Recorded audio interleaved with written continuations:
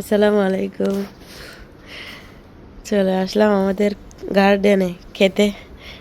ইব্রাহিমের বাবা কি তুলতেছে দেখেন। এই যে রাই শাক। হ্যাঁ,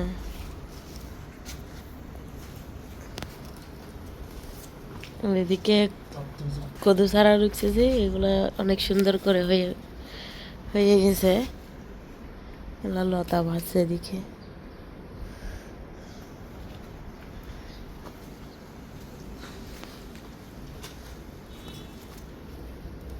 এই মূলো শাকের ডালে লাদা না, মূলো শাকের ডালে লাদা জিম বড় বড় ইল বেদে, জিম বড় বড় ইল। হুম,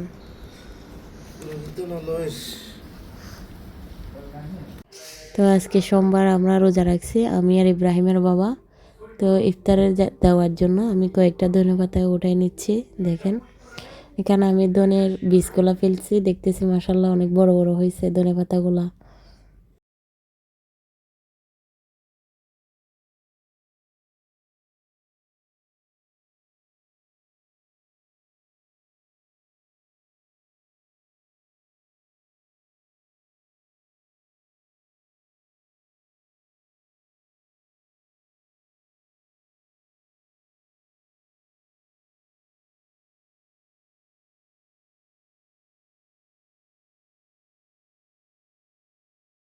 শাকও উঠানো হয়ে গেছে, এখন চলে যাব বা রুমে চলে যাব।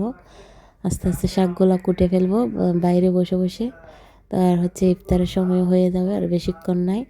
আর আমাদের মাথার উপরে দেখতেছি অনেকগুলা কবুতর উঠতেছে। এখানে মনে হয় ঘুঘু পাখিও আছে, কবুতরও আছে, বেশিরভাগ কবুতর।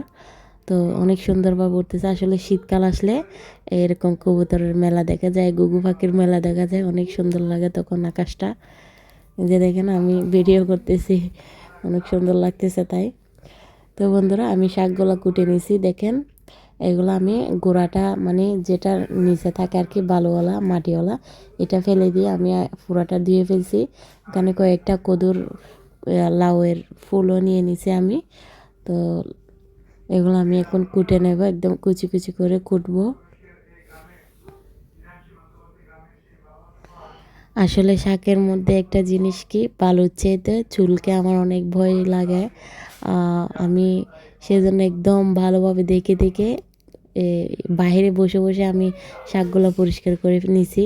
কারণ চুল জিনিস দেখলে আমার কিন্তু কোনো যে খাবার দেখি না কেন ওই খাবারটা আমার আর খেতে ইচ্ছা করে না। আর যদি খেয়েও মানে খাইয়েও ফেলি ভুলে, তাহলে আমার কি সারাদিন শক শক লাগবে, বমি বমি লাগবে, ওরকম ওরকম লাগে। তো সেজন্য আমি শাক একটু কোটার সময় ভালোভাবে মানে দেখে এরপরে শাকগুলো আমি কুটে নিই। তো আলহামদুলিল্লাহ আমার এমনি রান্নাবান্নার মধ্যে তেমন কোনো চুল পাওয়া যায় না, আমি ওভাবে রান্না করি। রান্না করার সময় হিজাব পরলে মাথার থেকে আর চুল পড়ে না। আসলে আমাদেরই তো চুল নাকি, আমরা যারা রান্না করি রান্না করে আমাদেরই চুল, তবুও আমার কেমন জানি শখ লাগে। সেজন্য আমি একটু মানে ভালোভাবে দেখে শুনে রান্নাবান্না করি আর কি। তো আমার যে এরকম খারাপ লাগে নিশ্চয়ই আরেকজনের এরকম খারাপ লাগবে। এমনি ইব্রাহিমের বাবা তো আমাকে কিছু বলে না, তবুও আমি সতর্ক থাকি। তো দেখেন আর একটা কথা, খাবার নাকি চুল পড়লে অনেক বরকত হয়। তো কী করবো, এখন আমি তো খাইতে পারি না, সেজন্য আমি একটু দেখে শুনে মানে কোটা বাছা করি আর কি। তো আমার শাকগুলা কোটা হয়ে গেছে, আপনাদের সাথে গল্প করতে করতে দেখেন এগুলো একদম সবুজ কালারটা থাকে মতো আমি এইভাবে ভেজে নেব। আপনাদেরকে দেখাবো আমি কিভাবে ভাজি এটা। আসলে শাক যখন রান্না করবেন তখন শাক যদি তেলে দেন তাহলে ঢাকি দেবেন না, ঢাকিয়ে দিলে শাকের কালারটা নষ্ট হয়ে যাবে, মানে সবুজ কালারটা নষ্ট হয়ে যাবে, আর বেশি সিদ্ধ করলেও কালার নষ্ট হয়ে যায়। তো আমার কোটা কোটা শেষ হয়েছে, এখন আমি এগুলো করব। আর রসুনগুলো একটু তেতলা করে নেব, এক টুকরা আমি আদা দেবো এখানে।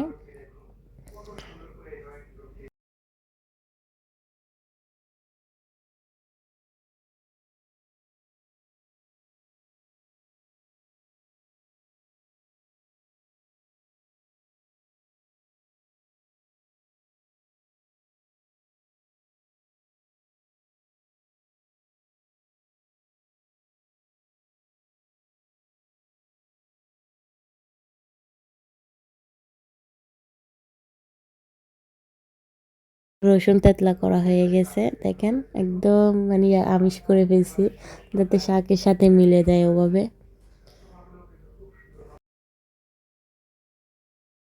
এদিকে ভাতটা বসাই দিয়েছিলাম, ভাতটা হয়ে গেছে। আসলে রোজা রাখছি তাই রাতে ভাত খাবো, নাহলে খাইতাম না রাতে, তো আমি ভাত খাই না তেমন, সেজন্য আর কি। তো শাকগুলো এখন আমি তেলের মধ্যে ছেড়ে দেবো।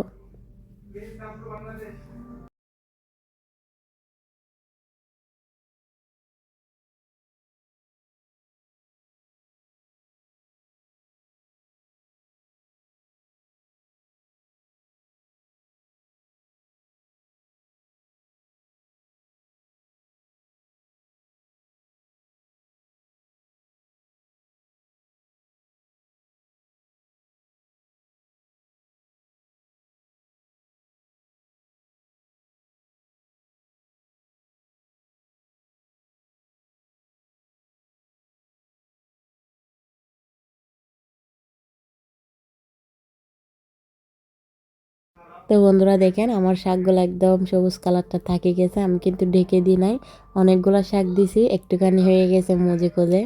এইটা হচ্ছে শাকের নিয়ম, শাকের কোনো বরকত বলতে নাই। আমি হচ্ছে ভাত নিয়ে নিছি, দেখেন একদম গরম গরম, কাঁচামরিচও নিছি। এদিকে হচ্ছে মুরগির কলজা রান্না করছিলাম, এগুলো নিছি, আলু দিয়ে মুরগির কলজা রান্না করছিলাম, এগুলো নিছি। আর হচ্ছে শাক। তো আজকে বন্ধুরা এই পর্যন্ত, ভালো থাকবেন, আমাদের জন্য দোয়া করবেন। আল্লাহ হাফেজ, আসসালামু আলাইকুম, বাই বাই।